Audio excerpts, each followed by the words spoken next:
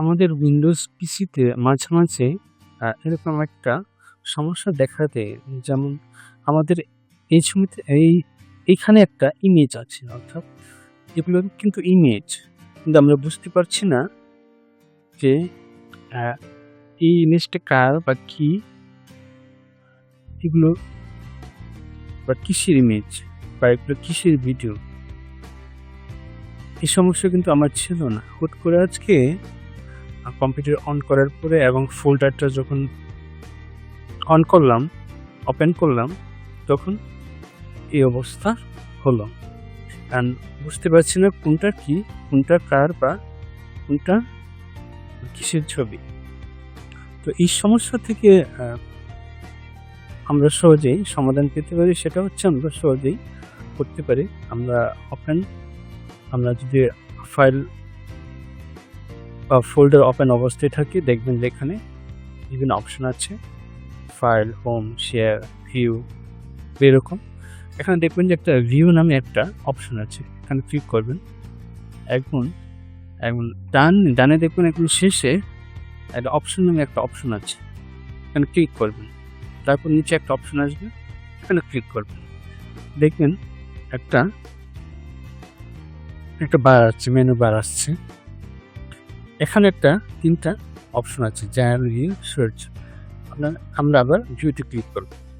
এখানে দেখবেন যে অলওয়েজ শো আইকনস, নেভার, থাম্বনেলস, এরকম বিভিন্ন অপশন আছে যেগুলোতে ক্লিক দেওয়া আছে বা টিক দেওয়া আছে, কিছুগুলোতে টিক দেওয়া নেই।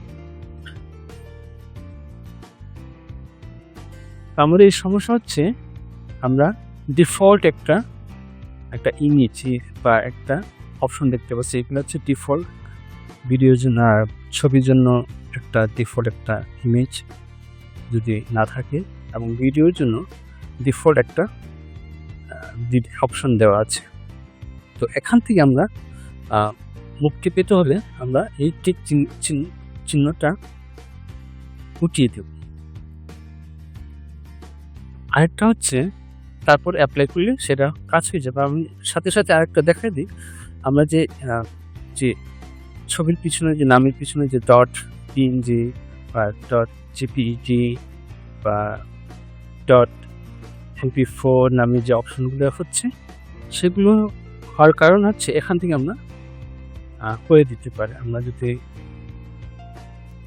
এখানে হাইট এক্সটেনশন, অর্থাৎ এটাকে আমরা বলি ফাইলের এক্সটেনশন, অর্থাৎ আমরা এগুলো দেখে বুঝতে পারি যে পিএনজি, এটাতে ভিডিও বা এটা জেপিজি, এরকম।